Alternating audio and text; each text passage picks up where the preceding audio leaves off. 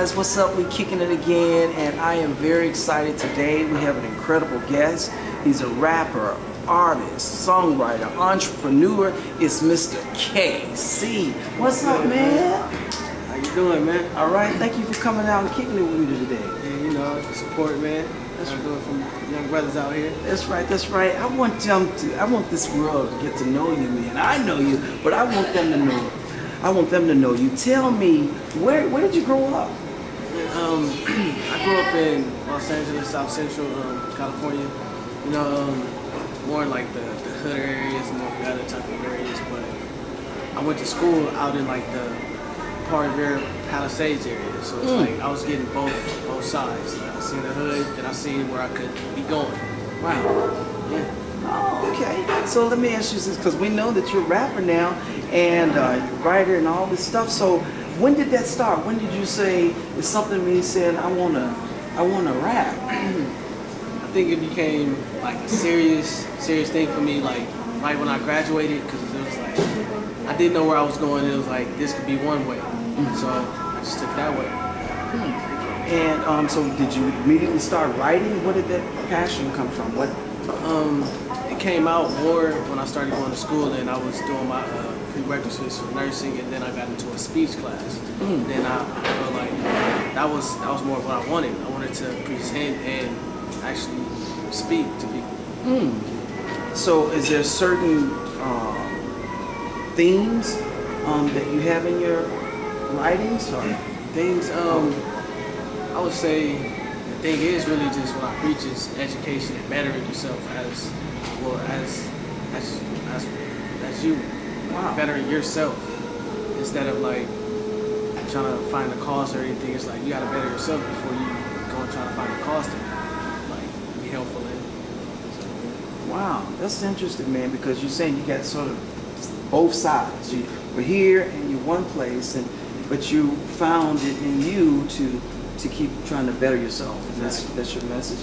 Wow, man, how did you decide to be focused like that? So many people, they sort of go to the side, but something inside is telling you to stay focused and go. Yeah, I just felt like I had to do it for my father, because it was one point like when I was real young. I was in those areas, the hood areas, and I ended up getting shot late at night. It was like 7 o'clock at night, and took me to a hospital. Hospital was garbage. The hospital was actually shut down now. It was nicknamed Kickin Hospital, and really I was almost died. I was bleeding heavily, and then my father, he seen like that I wasn't being taken care of properly at this hospital, so he threw me in the back of his car and drove me all the way to Cedar Sinai. Once he did that, like by the time I got there, I was passing out, lost blood like all in the back of his car, and I feel like after that, like, I just gotta do it for my pops, like, I gotta do it for the fam. So I just been following his lead,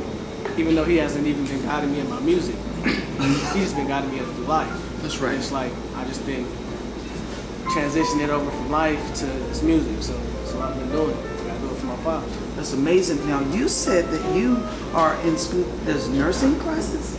Yeah, I took my prerequisite nursing classes, but it was like it didn't feel natural to me. Okay. It's like, yes, I'm getting useful information, but it's like, it doesn't feel like it was helping me in my situation as of right now. So, yeah. Now, I want to get now more into your music. You produce the stuff yourself.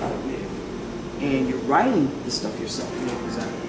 And you have something that's called Stories of My Too Crucial Life. Tell us about that. Yeah, that was just, basically the stories of what was going on in my life at the moment in time. I was just getting over being shot, and I was also like a few months after that, my brother had got killed. So it was like, what do I do now? It's like, if I make it to a certain age, I think I'll be okay. But then it was like, what do I do after that certain age? Because no one really, the only person I seen that passed that certain age was my father. Then he was kind of lost in his own. Because he was just going day by day, like paycheck to paycheck.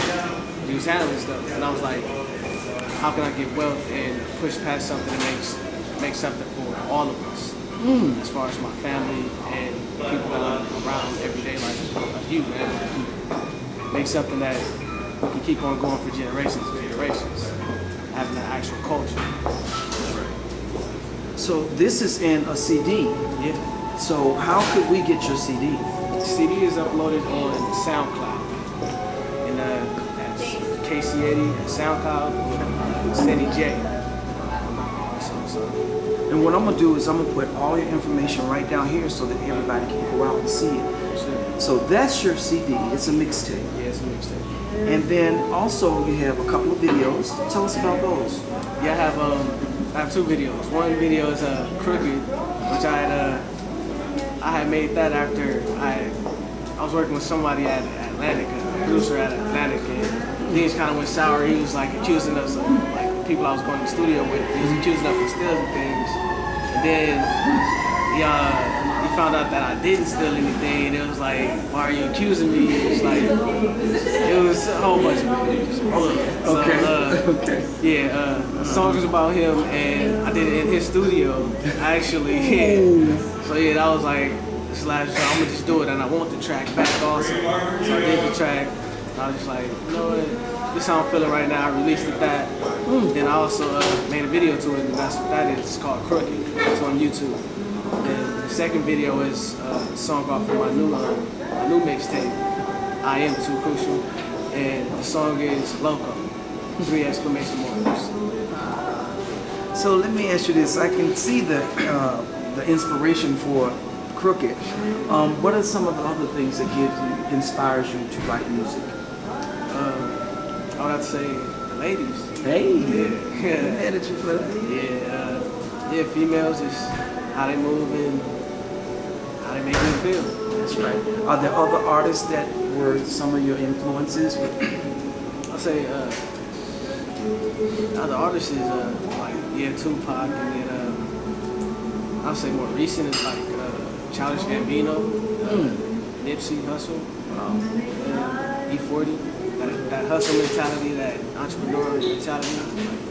If you're speaking about that, hey, I'm down with you, man, because that's advice I'm being given. So.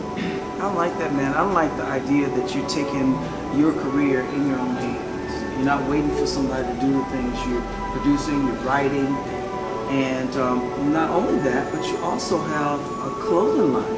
Yeah. You're branding. Tell us about that. Yeah, I'm getting all that stuff together right now. I've been trying to. I started earlier in the summer, and it's all coming together now. And it's like I'm doing that on my own as well. Like I'm getting the silk screen press and find out how to use it. Like I've been working with it for a few months now, so I feel like I got the hang of it, so I can do it myself. Whoa! Yeah. So Are you designing the t-shirts? Yeah, I'm getting together with different people that I know, like just different people that I know can draw. I'm having them draw rough sketches, and then I take it to this female that I know that she has her associates in arts. So I'm having her finish and critiquing everything, and you'll see the product of my labor in say about like mid-January. Mid-January. Yeah. And you got something else coming up in January too. I heard that you're gonna be performing somewhere. Yeah, I'm performing at Waterner's on January 30th. Is it a certain time? Yeah, January 30th around 6:30. That's when the event starts. I want you guys to come to the event because it's a lot of people that's performing, not just me. And that's what it's about, supporting everyone, showing that love, man, spreading that moolah. That's right. That's right. That's off the chain. We'll put all the information right here, so we'll all be there to come check you out. And I want to ask you, I mean, because for somebody who's experienced what you did, the death of your brother, and the experience of being shot, and this idea of no matter what, you're still pressing toward that mark. You know, you're finding that it's not just about you, but for your father, and you saying all this. What would you tell somebody who might have experienced some of those type of things and they want to just give up? What would you tell somebody? I would say just live for each other, man. You can't do it on your own. And anything that you can do on your own, you can. It's like you still want somebody to help you relish in the glories of your labor. So just stick with it. Well, Kc, man, you're a big inspiration to me and to us out there, and I know that great things are in your future, man. You know, eyes and ears have heard or seen or heard the things that he has for you. And I just want to say this, man, thank you for kicking it with me. Hey, man, thank you for kicking it with me, man. We'll do it again. For sure.